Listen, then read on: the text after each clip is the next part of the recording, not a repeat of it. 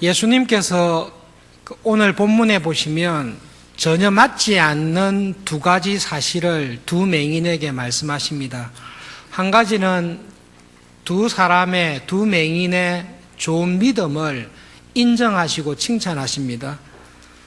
두 번째로는 그들에게 예수님께서 베푸신 그 은혜에 대해서 절대 아무에게도 말하지 말라라고 엄중하게 경고하십니다. 예수님께서 두 맹인의 믿음에 대해서 먼저 인정하시고 칭찬하신 것, 어떤 믿음을 인정하시고 칭찬하셨는가? 그리고 두 번째로는 두 맹인의 믿음을 인정하시고 확정시키신 이후에는 왜 그들의 있는 믿음을 전파하는 것을 엄격하게 금지하셨는가? 그 두 가지를 먼저 살펴보겠습니다. 그리고 예수님께서 서로 모순되어 보이는 이 말씀을 통해 우리 생활 속에 들어와 있는 참 오해할 수 있는 그 문제를 살펴보도록 하겠습니다. 아마 이번 사건은 야이로의 딸을 살리신 사건과 같은 날 있었지 않을까라고 생각이 됩니다. 아니라도 상관은 없습니다. 그러나 예수님께서 거기에서 떠나가실세라고 할 때에 야이로의 집에서 떠나오실 때라고 봐도 무방할 것 같습니다.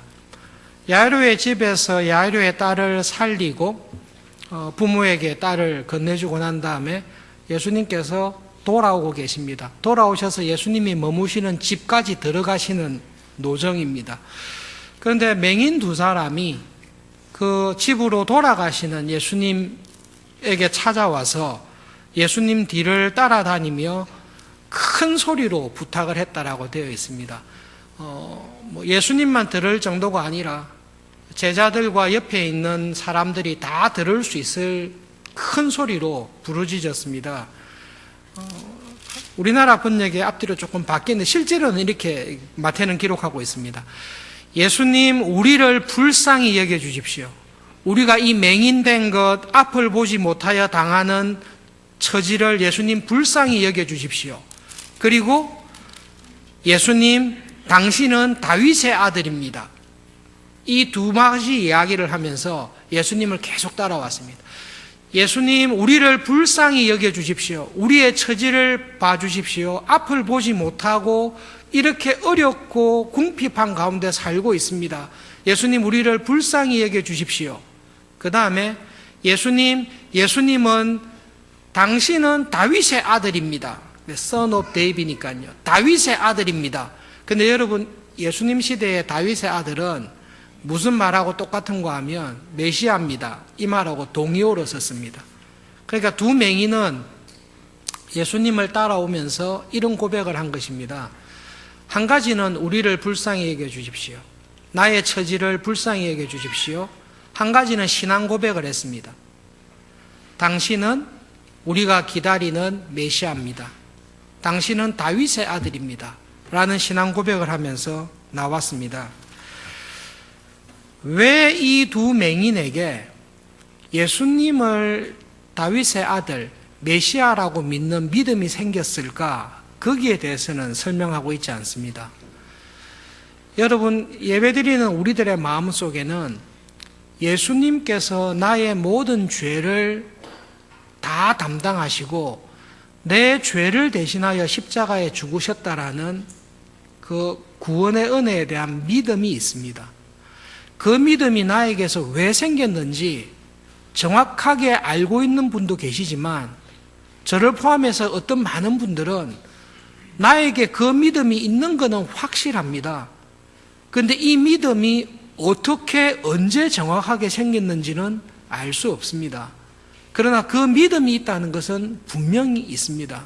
두 맹인에게 예수님을 다윗의 아들이고 우리가 고대하며 간절히 기다리던 메시아입니다 라는 이 믿음이 어떻게 해서 들어갔는지 우리는 알 수 없지만 분명한 것은 이 두 맹인은 모든 사람들 앞에서 쉽지 아니하는 상황 속에서 예수님 당신이 우리가 기대하는 하나님께서 예언하시고 약속하셨던 그 다윗의 아들, 바로 그 메시아라고 믿습니다라는 이 신앙을 고백하는 확실한 믿음이 있습니다. 이 신앙 고백을 야이로의 집에서 나와서 예수님이 계시는 집까지 오는 그 거리가 얼마 될지는 알 수 없습니다만은 그 모든 길 가운데서 소리를 크게 지르면서 계속 따라온 것입니다. 여러분, 이사야 35장에 보시면 이 맹인이 예수님을 메시아라고 하면서 자기들의 눈을 떠달라고 하는 이유가 나타나 있습니다. 제가 이사야 35장에 있는 말씀을 잠깐 읽겠습니다. 보라, 너의 하나님이 오사 보복하시며 갚아주실 것이라. 하나님께서 오사 너희를 구원하시리라. 그때에 맹인의 눈이 밝을 것이며 못 듣는 사람의 귀가 열릴 것이며 그때에 저는 사람이 사슴같이 뛸 것이며 말 못하는 자의 혀는 노래할 것이라. 광야에서 물이 솟겠고 사막에서 시내가 흐를 것이라. 그때에 하나님께서 여호와의 속상함을 받은 자들이 돌아오되 노래하며 시온에 이르러 그들의 머리 위에 영영한 희락을 띠고 기쁨과 즐거움을 얻으리니 슬픔과 탄식이 사라지리로다. 이사야가 메시아에 관한 예언을 하면서 하나님께서 약속하신 메시아가 오셔서 우리를 구원하시고 회복하실 때 이 사람이 메시아인 것을 증명해 주는 확실한 표 가운데 몇 가지가 있습니다. 맹인의 눈을 뜨게 할 것입니다. 귀머거리의 귀가 열릴 것입니다. 저는 자들이 사슴과 같이 뛰게 될 것입니다. 말 못하는 사람의 혀가 노래하게 될 것입니다. 이런 일을 일으키는 사람이 메시아다. 메시아는 분명히 이러한 표적을 행할 것이다 라는 이사야의 예언이 있습니다. 놀랍게도 이 두 맹인의 마음속에 예수님에 관한 소문을 듣고 믿음이 생겼습니다. 예수님의 약속하신 메시아하고 다윗의 아들이다. 그리고 이분이 메시아이기 때문에 이사야를 통해 예언하신 대로 이분은 우리의 눈을 뜨게 할 것이다 라는 확실한 흔들리지 않는 믿음이 있습니다. 그래서 이 신앙 고백을 감히 모든 사람 앞에서 고백하고 있는 것입니다. 사실 제자들도 이때 이런 믿음 없습니다. 그런데 이 두 맹인은 공개석상에서 온 사람들이 모여있는 그 길거리에서 힘을 다해 부르짖고 있습니다. 우리를 불쌍히 여겨주십시오. 신앙을 고백합니다. 우리는 당신이 다윗의 아들 이사야를 통해 하나님이 예언하시고 약속하신 메시아인 것을 믿습니다. 우리의 눈을 뜨게 해주십시오. 기도하면서 부르짖고 오고 있습니다. 예수님뿐만 아니라 예수님 주위의 제자들 또 적지 않은 숫자가 예수님을 따라다니고 있었을 텐데요. 그 사람들도 궁금했을 것입니다. 야, 저 앞 못 보는 맹인들이 예수님이 우리가 간절히 기대하는 메시아라고 고백하고 있다. 그리고 눈을 뜨게 해달라고 하고 있다. 이분이 조금 전에 죽었던 야이로의 딸을 살렸는데 눈 뜨게 하는 거야. 이게 뭐 장난이다. 이거 아주 쉬운 문제다. 예수님이 저 이야기에 어떻게 반응할까 궁금해하고 있었을 것입니다. 여러분이 궁금하셔야 됩니다. 진짜로 궁금하셔야 됩니다. 그런데 예수님께서는 당신이 우리가 기대했던 다윗의 아들이요 메시아입니다라고 신앙을 고백하며 눈을 뜨게 해달라고 하는 두 맹인의 부르짖음에 눈길 하나 주지 않습니다.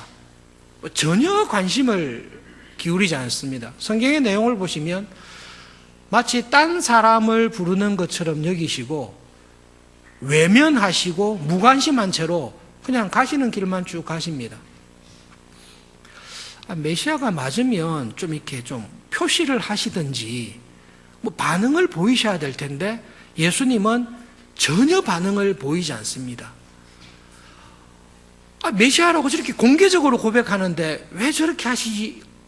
예수님은 전혀 무관심하고 가십니다. 그래도 두 소경은 끝까지 신앙을 고백하면서 그들의 믿음을 고백하면서 예수님을 끝까지 따라오고 있습니다. 예수님께서 들어갈 집까지 올 때까지 두 사람의 두 부류의 모습은 변함이 없어요. 예수님은 무관심하시고 갈 길을 가시고 두 맹인은 신앙 고백을 큰 소리로 외치면서 따라오고 있습니다. 멈추시지도 않고 뒤돌아보시지도 않고 무관심하게 가셔서 집으로 가시더니 그냥 쓱 들어가 버렸습니다. 어떻게 됐겠습니까? 제자들이야 따라 들어왔겠지요. 예수님을 따라왔던 많은 사람들은 집으로 돌아갔겠죠. 예수님 집에 들어가서 발 씻으시고 쉬러 들어가셨으니까 따라갔겠죠. 집으로 가면서 뭐라고 생각했겠습니까? 메시아라고 저렇게 고백하면서 눈뜨게 해달라 했는데도 예수님은 자기와 관계없는 것처럼 하고 들어갔네. 우리도 집에 가자. 다 갔을 것입니다. 정말로 실망했을 사람이 두 맹인인데요. 그 길지 않은 거리를 그렇게 신앙 고백하면서 따라왔는데 예수님이 자기들에게 눈길 하나 안 줬습니다. 아무런 관심과 사랑도 보이지 않았습니다. 그리고 집으로 그냥 들어가서 방으로 가버렸습니다. 그런데도 두 맹인은 예수님의 그 무관심과 냉담함과 집으로 들어가 버리는 것에 대해서 전혀 개의치를 않습니다. 왜 개의치 않습니까? 못 보니까요. 웃으셔야 됩니다. 맹인이니까 예수님께서 자기들에게 무관심한지 뭐 사랑이 있는지 볼 수가 없습니다. 집으로 들어가셨다 이 말을 들었을 때 예수님께서 우리를 버리고 가셨군 이런 마음이 들지 않습니다. 이 맹인의 마음속에는 딱 한 가지만 있습니다. 나는 예수님에 대해 확실한 믿음이 있기 때문에 이 예수님 앞에 어쨌든 들어가야 된다. 이 마음을 가지고 예수님께서 들어가신 집에 가택을 침입하듯이 그냥 끝까지 밀고 들어오십니다. 들어와서 거기서도 또 신앙을 고백하는 것입니다.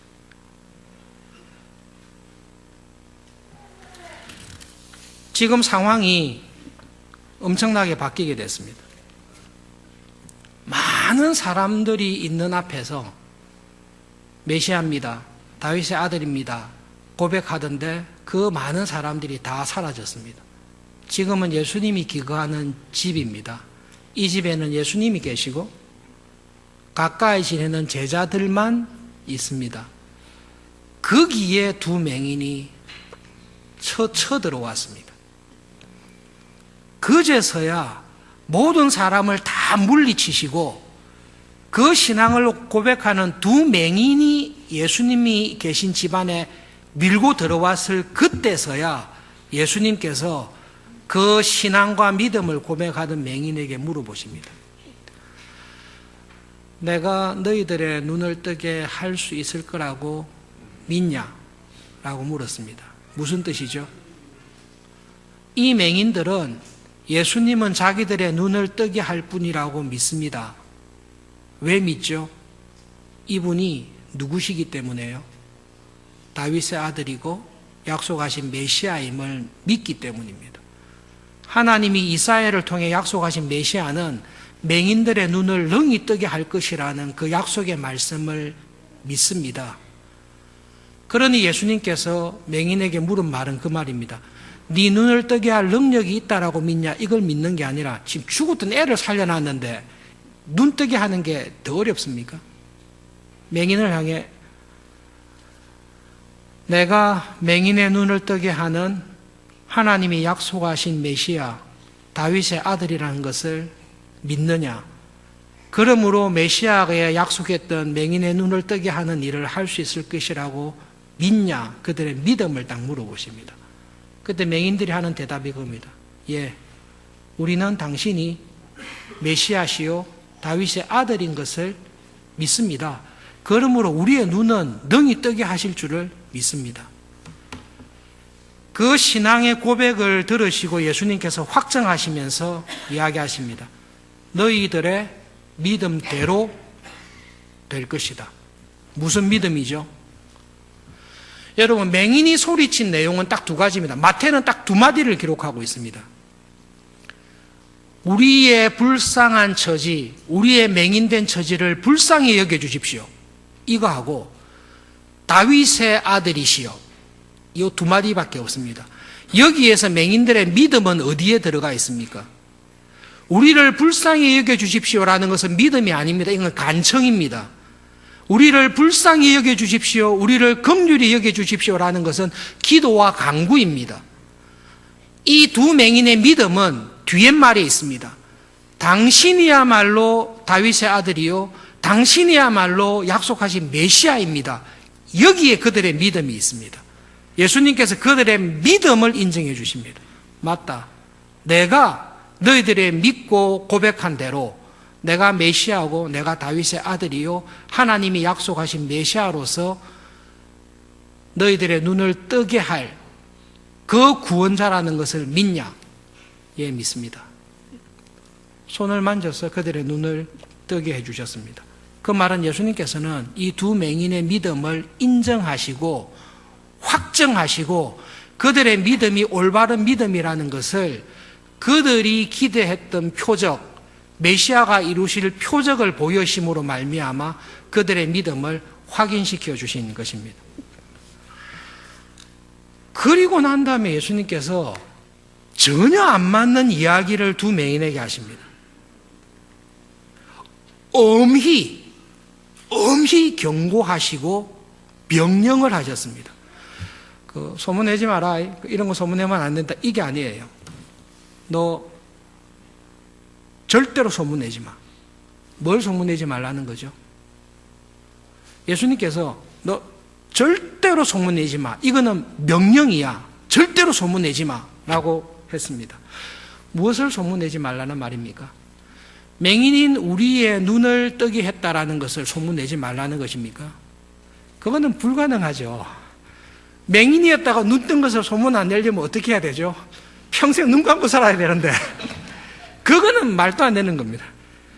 예수님께서 절대 소문내지 말라는 것은 우리를 불쌍히 여겨주십시오. 우리 맹인의 눈을 뜨게 해주십시오. 그래서 눈을 뜬 건 할 수 없어요. 이건 소문할 수밖에 없어요. 이거를 숨길 수는 없어요.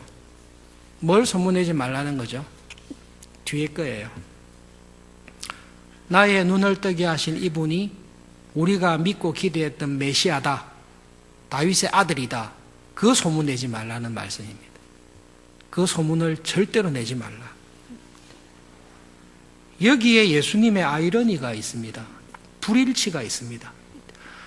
아니, 맹인들한테는 내가 메시아라는 것을 믿는 믿음이 맞다라고 인정하시고 그 믿음이 확실하다는 것을 표적으로 눈뜨게 해주시고 인정하시고 난 다음에 갑자기 내가 메시아라는 것을 절대 알리지 말라라고 하시니 이게 앞뒤가 안 맞는 거지요. 근데 여러분, 예수님의 공생애를 보시면 예수님께서 자신이 메시아이신 것을 공생애 사역 시작하시면서부터 선언하십니다. 그런데 놀랍게도 예수님께서 약속하신 메시아, 하나님의 아들이라고 고백을 하는 사람들에게 예수님께서는 일관되게 절대로 그 소문을 내지 말라라고 반복해서 말씀하십니다. 마태복음 12장에 안식일에 손 마른 사람을 고쳤을 때, 문둥병자를 고쳤을 때, 야이로의 딸을 살렸을 때, 귀먹어 벙어리 된 사람들을 고쳤을 때에 변화산상에서 예수님의 정체를 드러내시고 난 다음에도 제자들에게조차 예수님이 메시아이신 것을 절대로 소문내지 말라라고 엄히 이야기하시는 장면들이 여러 번 있습니다. 제일 결정적인 장면이 여러분, 예수님 공생애 거의 다 마치시고 가이사랴 빌립보로 가는 과정 중에서 제자들의 신앙 고백을 들었을 때입니다. 제자들에게, 12제자들에게 사람들은 나를 누구라 생각하냐? 엘리야입니다. 죽었던 세례 요한이 부활했습니다. 온갖 이야기를 다 했습니다. 예수님께서 제자들에게 딱 물었어요. 너희들은 나를 누구라 생각하느냐? 그럴 때 12사도가 베드로를 통해서 그들의 신앙을 고백했는데요. 당신은 메시아입니다. 당신이 메시아입니다. 그리고 당신은 살아계신 하나님의 아들입니다라는 정말로 확실하고 올바른 예수님에 대한 신앙 고백을 딱 했습니다. 예수님, 당신은 메시아입니다. 우리가 기다렸던 메시아입니다. 그리고 당신은 하나님의 아들입니다. 라는 고백을 했습니다. 그 고백을 했을 때 예수님께서 두 맹인에게 하셨던 것과 똑같이 하십니다. 맞다. 맞다. 너희들에게 있는 그 믿음은 사람에게서 난 것이 아니라 하나님께서 너희들에게 주신 믿음의 선물이다. 그리고 난 다음에 이야기하세요. 절대로 말하지 마라. 절대로 말하지 마라. 그러면 언제 예수님께서 메시아라는 것을 전파하고 선포하고 말하라고 하십니까? 언제죠?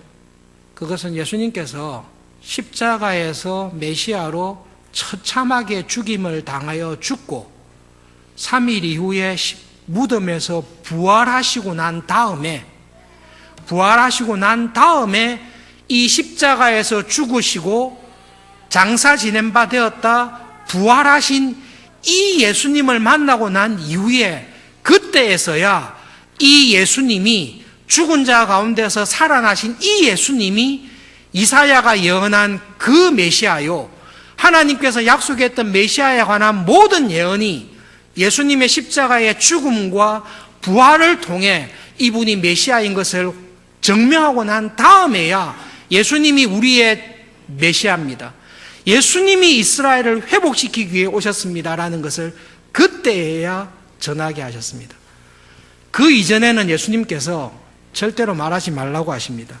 이유가 무엇입니까? 제자들은 예수님이 어떤 메시아인지를 철저하게 오해를 했기 때문입니다. 예수님께서 예루살렘에 올라가셔서 죽으시기 직전에 예수님의 제자들 가운데 12제자와 70여 전도인이 있고 수많은 형제들이 있는데요. 12제자들 중에서도 가장 똘똘하고, 표현이 좀 그렇는데 가장 예수님을 잘 알고 예수님께서 가장 은밀한 기적을 행할 때도 데리고 갔던 베드로, 야고보, 요한. 야고보와 요한은 형제입니다. 이 야고보와 요한이 베드로를 제끼고 자기 어머니를 모시고 예수님에게 와서 부탁을 했습니다. 예수님이 메시아로 예루살렘에 올라가시면 이스라엘을 회복하실 거다. 뭐라고 부탁했죠?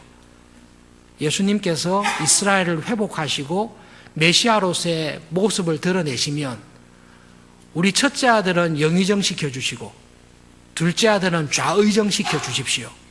이것이 만 3년 가까이 예수님의 제자로 가장 곁에서 예수님의 말씀과 복음과 하나님의 나라의 회복을 들었던 사도들 중에서도 가장 가깝고 비밀을 잘 알았던 두 사도가 예수님 앞에서 부탁했던 메시아의 모습입니다.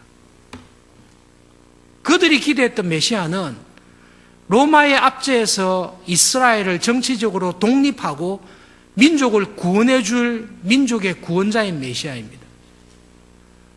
그들이 기대했던 하나님의 나라의 회복은 지금은 로마의 식민지 비슷하게 자치구 비슷하게 빌빌대고 있지만 이 예수님이 메시아로 딱 정체를 드러내는 순간 우리 이스라엘은 다윗의 시대로 돌아갈 것이다. 다윗의 시대 때 하나님이 주셨던 영광과 독립과 번영과 행복을 가져다 줄 메시아다. 이 메시아를 기대하며 다 달라붙었습니다. 그럴 때 예수님께서 그들의 신앙 고백을 딱 들으시고 너희들이 기대하는 메시아와 하나님이 보내주신 참 메시아의 길이 다르다라는 것을 말씀하셨습니다. 너희들은 지금 예루살렘 가면 이스라엘이 회복되고 메시아의 사역이 완성될 거라 생각하는데 내가 생각하는 메시아의 길은 십자가를 지고 죽는 거다. 그렇게 이야기하셨습니다. 그 말을 들었을 때 베드로가 어떻게 했죠? 베드로가 예수님의 손을 딱 붙들고 예수님을 성경을 보시면 표현이 예수님을 꾸짖었어요. 예수님을 꾸짖으시면서 메시아가 그렇게 하면 안 되죠. 정신 차리세요. 메시아가 왜 가서 죽습니까? 메시아는 죽으면 안 됩니다. 라고 예수님을 꾸짖어요. 자기들이 기대했던 메시아와 전혀 다른 길을 가려고 하니 그 길을 가면 자기들도 따라가야 될 거 아니에요. 그러면 안 되죠. 예수님을 꾸짖어요. 어떻게 메시아가 그런 길을 가시냐고. 그럴 때 예수님께서 베드로와 사도들에게 너희들은 마귀의 새끼들이다. 너희들은 진짜로 마귀의 자식들이다. 너희들이 정말로 하나님의 자녀라면 하나님이 말씀하신 메시아의 길을 따라가고 순종할 텐데 너희들은 지금 메시아와 함께 길을 간다고 하면서 하나님께서 걸으라고 한 메시아의 길을 꾸짖으며 책망하며 안 되겠다라고 방해하고 막고 있는데 너희들은 마귀의 자식이다.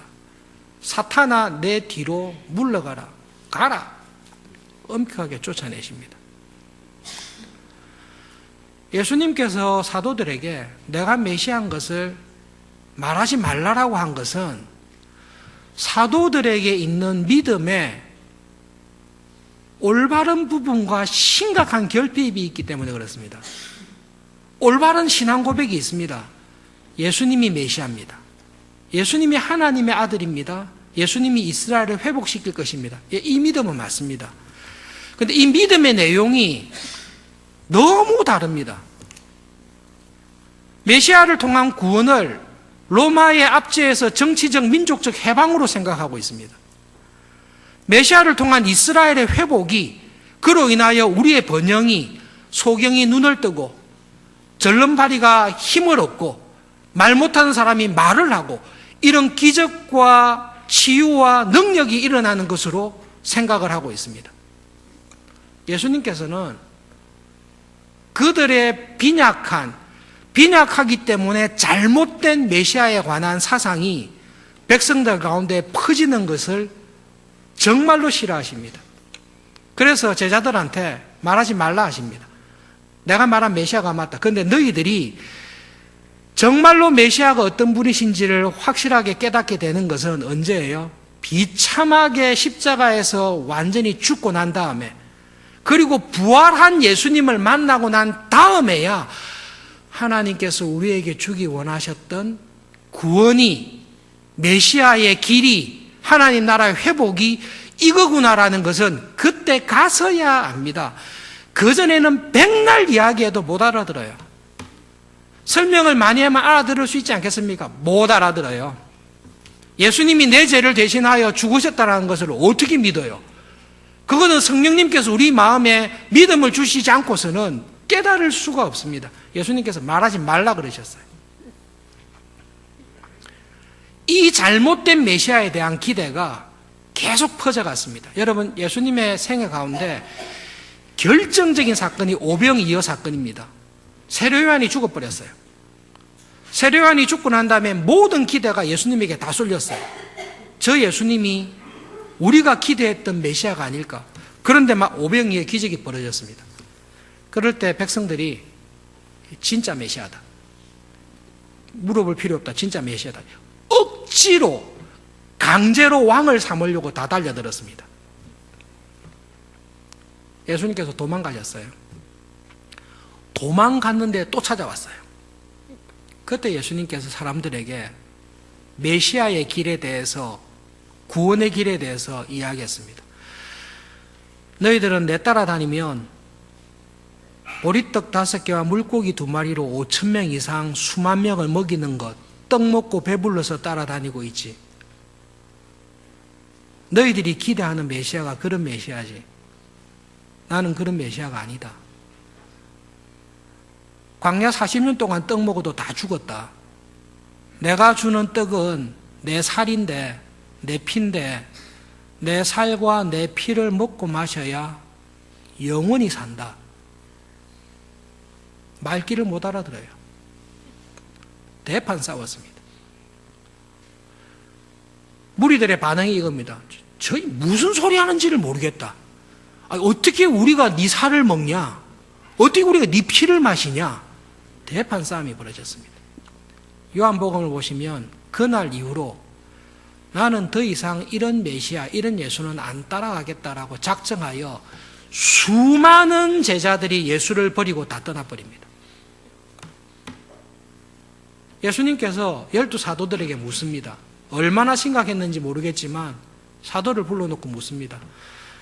내가 가는 메시아의 길과 너희들이 기대하는 메시아의 길이 달라서 수많은 제자들이 다 떠나는데 너희들도 떠날 마음이 있으면 떠나라. 너희들도 떠나겠느냐? 진지하게 물어보세요. 그때 사도들이 이야기하죠. 생명의 말씀이 여기 있는데 우리가 어디를 떠나겠습니까? 의리는 있었던 것 같아요. 그러나 그때에도 그들은 메시아의 길을 몰랐을 것입니다. 예수님께서 경계하세요. 내가 메시아라는 것을 맞다는 걸 확실히 보여주시고 확정시켜 주세요. 그런데 내가 메시아라는 것을 말하지 말라라고 계속 이야기하세요. 두 소경을 불러놓고 이야기했습니다. 너희들이 믿고 고백한 믿음이 맞다. 내가 메시아고 다윗의 아들이다. 그런데 소문 내지 마라. 소문 내지 마라. 무슨 소문을 내지 말라고요? 이 메시아가 우리가 기대했던 메시아다라고 소문 내지 말라는 거예요. 이들이 생각하는 메시아는 먹고 잘 먹고 형통하고 질병에서 회복되고 건강하고 성공하는 영광의 메시아를 생각해서 이 영광의 메시아, 우리의 질병과 고통과 불행에서 우리를 건져줄 다윗의 영광의 시대로 내 인생을, 우리 가정을, 내 사업을 형통하게 해주실 메시아가 왔다라고 계속 전하는데 예수님께서 제시하는 메시아의 길은 십자가를 지는 것이요, 죄를 내가 안고 다른 사람의 죄를 내가 안고 나의 생명을 내어주는 길이요, 육신의 눈을 뜨는 것에 그치지 아니하고 우리의 영안이 밝아져서 하나님을 믿는 믿음의 길을 살아가게 하는, 십자가의 길을 기꺼이 가게 하는 그 길을 걷는 메시아를 설명하고 있는데, 지금 이 두 맹인의 믿음, 사도들의 믿음을 보니 이 메시아라고 선전하는 거 보니 전부 다 영광의 신학이요,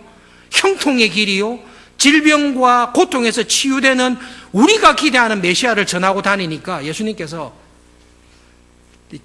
절대 이야기하지 마라. 네 그렇게 말하는 것이 복음을 걸고 넘어지는 것이요, 그렇게 말하는 것이 참 구원의 길을 오히려 회방할 수 있으니 절대 말하지 마라. 말 안 하겠어요? 우리라도 말하죠. 그들이 나가서 예수의 소문을 그 온 땅에 퍼뜨렸습니다. 야이로의 부부에게 이야기했습니다. 절대 말하지 마라. 야이로 부부가 어떻게 했죠? 그 소문이 온 땅에 퍼졌습니다. 예수님께서 좋아하셨겠습니까? 염려하셨겠습니까? 소문 내지 말라 했는데도 역시 소문을 퍼뜨렸군. 기특한 녀석들, 소문이 나서 좋겠다. 그렇게 생각하셨겠습니까? 예수님께서 그렇게 겉과 속이 다르고 이중적이시겠습니까? 정색을 하시고 엄히 이야기하십니다. 내가 너에게 은혜와 긍휼을 베푼 것은 간증해라. 그런데 네가 생각하는 메시아의 길을 소문내지 마라. 너는 아직 모르고 있다. 이 이유 때문에, 여러분, 이 이유 때문에 예수님께서 그 길거리에서 우리를 불쌍히 여겨주십시오. 우리는 당신이 메시아임을 믿습니다. 그 올바른 신앙 고백을 들으면서도 예수님은 무관심합니다. 마치 자기가 메시아가 아닌 것처럼, 저 신앙 고백이 내하고 아무 상관없는 것처럼 그들을 외면하시고 그냥 집에서 들어가 버리십니다. 질문인데요, 그렇다면 이 두 맹인이 예수님께서 집에 자기들을 외면하고 들어가신 것을 보고 메시아가 뭐 저래? 내가 이렇게 간절히 구하고 올바른 신앙을 고백하며 여러 날 동안 기도하며 금식하며 은혜를 구했는데 예수님은 내 간구도 듣지 않고 집으로 들어가 버렸네. 저런 모습을 보니 저 사람은 메시아라 할지라도 나는 믿을 수가 없고 매정하구나. 그래서 집안에 안 들어오고 그냥 이 두 맹인도 다른 사람들은 집으로 가버렸어요. 그러면 눈이 떴겠습니까? 안 떴겠습니까? 성경은 그런 내용 없으니까 못 떴을 거예요. 이 두 맹인은 확실한 믿음을 가지고 끝까지 끈질기게 예수님 앞으로 들어갑니다. 눈이 안 보인다는 핸디캡이 때때로는 복일 수 있습니다. 믿음 하나만 갖고 살아갑니다. 나는 예수님 앞에 가야 된다. 예수님은 메시아다. 우리의 눈을 뜨게 하신다. 둘이 힘을 합쳐서 예수님 앞에 딱 가서 부르짖습니다. 여러분, 우리가 기도 생활을 할 때요, 하나님 앞에 간절한 기도 제목이 있어서 그것을 내가 계속 기도하고 있습니다. 한 달을 하고, 두 달을 하고, 1년을 하고, 5년을 하고, 10년을 하고, 우리 기도를 보면 평생 하는 사람도 있어요. 그런데 하나님께서 내 기도에 응답을 안 해주시고 나의 부르짖음에 전혀 무관심한 것처럼 보일 때가 있습니다. 끝이구나. 하나님이 안 들어주시구나. 그 기도를 접어버리잖아요. 그러면 믿음대로 됩니다. 내 믿음대로 됩니다. 내 믿음이 뭐죠? 아, 이렇게 했는데도 안 들어주시구나. 끝이구나. 그게 내 믿음이에요. 내 믿음대로 돼요. 그런데 내가 믿고 고백하는 하나님, 자기 독생자를 십자가에 내어주신 그 하나님에 대한 믿음과 사랑이 끈질기고 포기하지 않는 믿음을 가지고 하나님께서, 예수님께서 생각하고 기대했던 그 자리, 모든 사람은 다 떠났으나 예수님이 나를 피하여 집으로 들어가셨으나 그 집안까지 가택 침입을 하듯이 들어와서 예수님 앞에 간구하며 나갈 때에 하나님께서, 예수님께서 자기의 정체를 딱 드러내시고 은혜를 베푸실 만한 자리에 그까지 밀고 들어왔을 때 예수님께서는 그때에서야 우리의 기도를, 내 기도를 들어주시고 응답해 주실 때가 있습니다. 그거는 그 자리까지 가셔야 됩니다. 종교개혁 기념주일인데요, 마틴 루터 선생님께서 기도에 대해 가르치신 내용이 있습니다. 여러분, 마틴 루터는 본업이 수도사예요. 수도사가 하는 일이 뭔지 아십니까? 하루 종일 기도하고 시편 읽고 노동하는 겁니다. 루터의 삶은 아침부터 밤까지가 기도입니다. 종교개혁하고 난 다음에 기도 생활을 없앴습니까? 아니요. 기도 생활이 더 깊어졌지요. 그 루터가 신자들에게, 교인들을 향해 기도를 가르치면서 구하라, 찾아라, 두드리라는 그 말씀을 교인들에게 이렇게 설명했습니다. 우리의 눈을 뜨게 해주십시오. 내 질병을, 나의 아픔을, 상처를 예수님 불쌍히 여겨주십시오 라고 구하고 간구하면 하나님은 어떻게 하시는가 하면 전혀 내 기도를 듣지 않고 자기 길만 가십니다. 그렇게 크게 구하고 부르짖는데도 예수님은 내 기도를 듣지 않고 그냥 도망가 계십니다. 그러면 예수님을 찾아다니셔야 됩니다. 내가 이렇게 부르짖는데 왜 응답 안 하고 도망가고 계십니까? 왜 자기 집으로 들어가십니까? 어디 가 계십니까? 어디 숨었습니까? 그래서 찾으셔야 됩니다. 찾았습니다. 신발 벗고 발 닦고 방 안에 들어가서 문 걸어 잠그고 계세요. 그러면 그 문 앞에 가서 두드리세요. 구하고 찾고 두드리세요. 언제까지 두드려요? 열 때까지 두드리세요. 여러분, 이 기도에 대해서 생각할 때에 열 때까지 두드리면 예수님께서 열어주시는데 항상 내 기도에 예스라고 답하지는 않습니다. 예, 문을 열어주셨는데 그래, 너의 소원을 들어줄게 이렇게 답을 주실 수도 있고, 열어주셨는데 아니야, 네가 지금 간구하는 것은, 사도 바울아, 네가 지금 간구하는 것은 너도 몰라서 그러는데 그 사단의 가시가 너에게 있는 것이 맞아, 그렇게 답을 주실 수도 있으세요. 그러나 이 두 맹인은, 믿음의 사람은 하나님의 답을 얻을 때까지, 그 답이 예스든 노든 무엇이든지 간에 하나님의 음성을 들을 수 있는 그 자리까지 끈질기게 포기하지 않고 가서 기도를 합니다.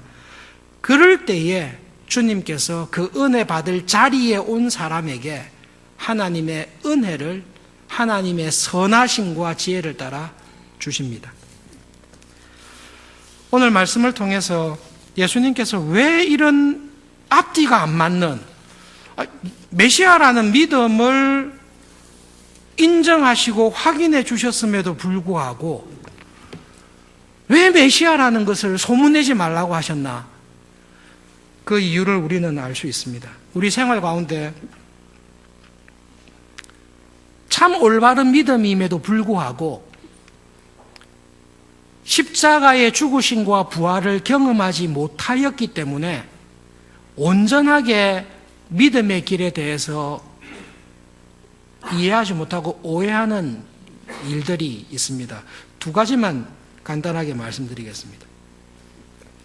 첫 번째로는 우리가 믿음 생활에서 참 오해하는 부분인데요.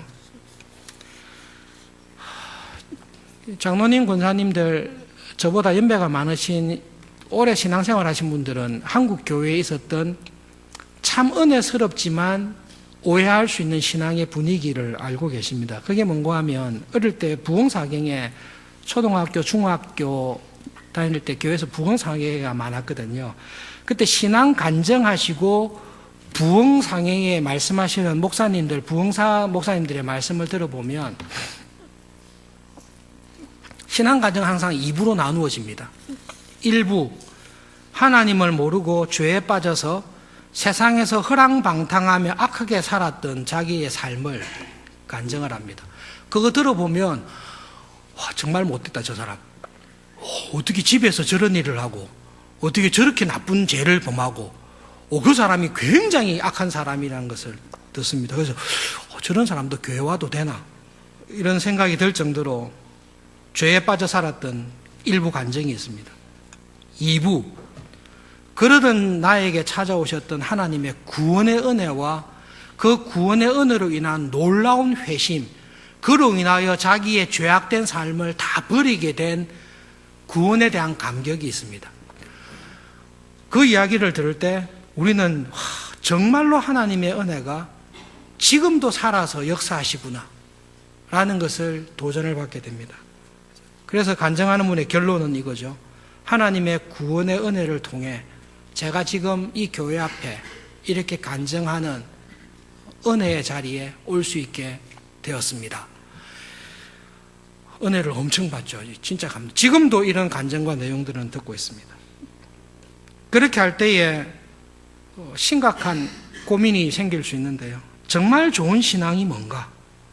나도 저렇게 하나님의 은혜 안에 참 좋은 신앙인이 되기 위해서는 나도 한번 죄에 깊게 빠지고 한번 되게 죽을 정도로 아프든지 아니면 허랑방탕한 이 타락한 생활을 좀 해야 저 구원의 은혜와 감격을 제대로 경험할 수 있지 않을까라는 갈등이 실제로 생깁니다. 그리고 성경을 봤습니다. 구약에서 하나님이 가장 귀하게 썼던 인물 모세. 똑같아요. 40년간 이집트에서 지낸 것, 또 40년간 반항에서 광야에서 지낸 것, 120년 인생 동안 하나님이 귀하게 쓰신 거는 3분의 1밖에 안 되는데 3분의 1은 완전히 하나님 버리고 광야로 가가지고 그냥 살았고, 처음 40년은 나름대로 열심을 가졌지만 어중간하게 살았고, 구약에 가장 위대한 인물은 모세도 그렇게 살았구나. 신약의 가장 위대한 인물 중에 한 사람은 사도 바울. 진짜 죄인이다. 이거는 뭐 서대반을 돌로 쳐 죽였고 이 교회를 이렇게 핍박했다. 교회사를 봤습니다. 어거스틴. 역시 예수님을 믿기 전에 철학에 빠져서 도덕적으로 또 윤리적으로 방탕한 삶을 살다가 격적인 구원의 은혜를 경험해서 돌아왔구나.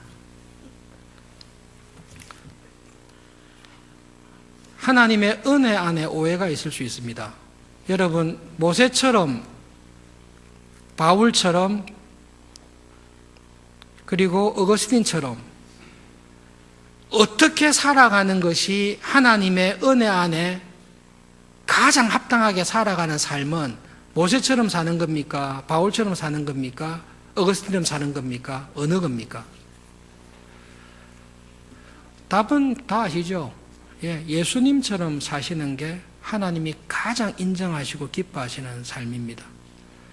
하나님이 가장 인정하시고 축복하시는 은혜 안에 살아가는 삶이 어떤지를 보여주시기 위해서 하나님께서 우리와 똑같은 사람이 되셔서 이렇게 사는 것이 가장 하나님의 은혜 안에 사는 것이다라는 것을 실물로 보여주셨어요. 어릴 때부터 믿음의 가정에 태어나 부모를 공경하며 말씀 안에서 자라고 하나님의 부르심을 받아 자신에게 주신 모든 은혜와 축복과 시간을 한시도 죄에 쓰지 않습니다. 인생의 어떤 부분도 이 세상에 헛된 것을 추구하는 일에 쓰레기처럼 허비하지 않습니다.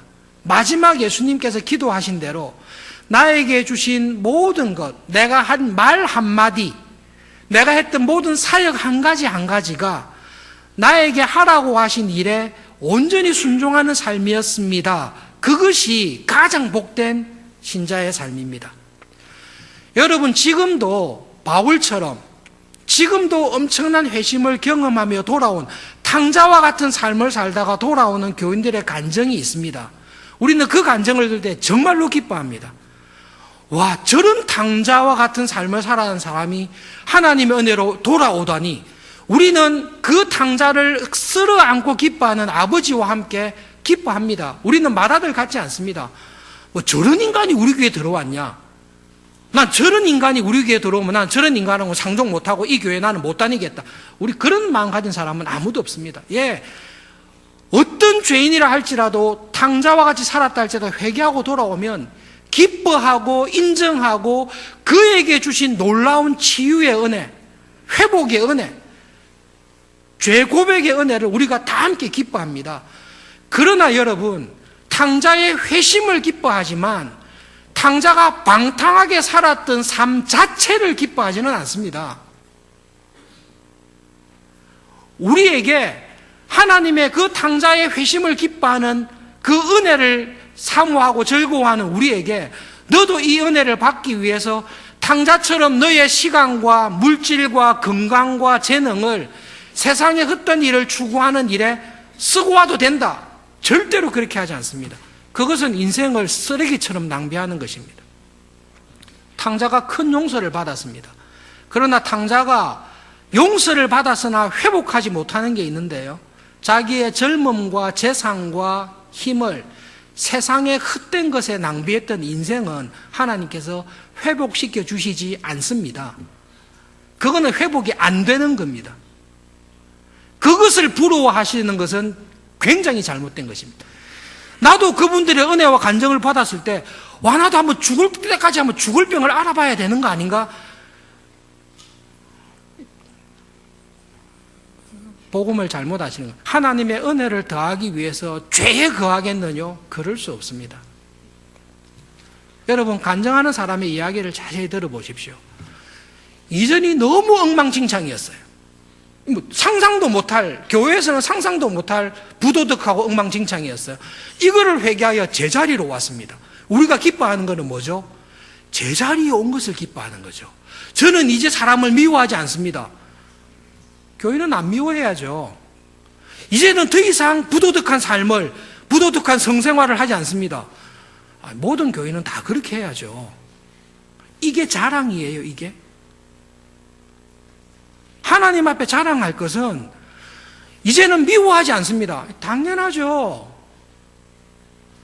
이제는 내 마음에 나를 미워하는 원수도 사랑하게 되었습니다. 이게 믿음의 열매죠. 이거를 간증해야죠. 모든 간증이 내가 얼마나 개판이었습니다. 그래서요. 지금 아닙니다. 그래서요. 어떻게 할단 말이에요. 당연히 그래야 되는 거를 하나님께서 원위치 시켜놨는데 이게 뭔 자랑이에요? 이런 은혜를 받았으면 이렇게 쓸데없는 나를 이렇게 구원해 놓으셨으면 이제는 예수님을 닮아가는 삶으로 바뀌어야 될 거 아니에요. 이게 나와야 될 거 아니에요. 이게 없이는 얼마나 드라마틱한 회심과 건강과 축복을 받았다 할지라도 이게 없으면 이거는 다 헛된 것입니다. 그것과 연관해서 우리가 두 번째로 꼭 기억해야 될 오해가 있습니다. 하나님께서 나에게 주신 은혜와 축복이 있습니다. 나에게 주신 은혜와 축복은 내가 감사해야 될 것이지 나의 믿음의 열매, 하나님께 드릴 만한 믿음의 열매가 아닙니다. 하나님의 은혜로 부자가 된 교인이 있습니다. 말 그대로 하나님의 은혜로 부자가 됐습니다. 옆에 있는 교인을 보니까 나하고 똑같이 사업을 했어요. 나하고 똑같이 직장 생활을 했어요. 성실하게 열심히 일하는 것도 똑같아요. 그런데 어떤 교인은 사업을 하는데 하는 일마다 잘 돼요. 직장에서 똑같이 일을 했는데 어떻게 승진이 잘 돼요. 다른 사람보다 더 많은 부자가 됐어요. 그거는 하나님께서 주신 은혜와 축복이죠. 내가 다른 사람들보다 더 잘한 게 없는데 하나님께서 그냥 그런 은혜와 은사와 축복을 주신 거예요. 그게 자랑이에요. 그거는 감사할 제목이지 내가 자랑할 거 아니야. 내가 한 거라면 자랑해야죠. 부자가 됐어요. 하나님께서 나에게 많은 은혜와 복을 주신 걸 알아요. 그러면 하나님께서 주신 은혜와 복을 받아서 많이 부자가 됐는데 그 많은 돈으로 뭘 했어요? 물어보시죠. 하나님께서 나에게 은혜와 복의 복을 더하사 엄청난 물질과 돈을 줬습니다.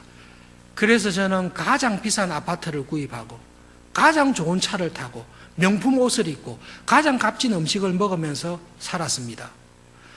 은혜를 쓰레기처럼 쓰신 거죠. 그거는 하나님께서 주신 은혜를 완전히 탕자처럼 쓰레기처럼 쓰신 거죠. 나에게 이런 은혜와 복을 주셨습니다. 무엇을 했습니까? 이 하나님이 주신 물질로 하나님의 의를 이루기 위해 하나님의 사랑과 긍휼을 전하기 위해 교인 가운데 어려운 교인들, 슬픔을 당한 교인들, 선교지에서 힘들어 고생하는 교인들, 요즘 비전 언급이 조금 부족합니다. 선교사님들을 후원하기 위한 헌금들, 크리스찬이 아니지만 소년 소녀 가장들, 정말로 열심히 사는데 끼니가 없는 사람들을 위해 하나님께서 주신 은혜를 그냥 나누었을 뿐입니다. 그게 믿음의 열매죠. 내 거로 했어요? 아니죠. 하나님 거 받았죠. 하나님의 뜻대로 그냥 나누었을 뿐이에요. 하나님은 뭘 보시는고 하면 그 충성된 마음을 보시고 기뻐하세요.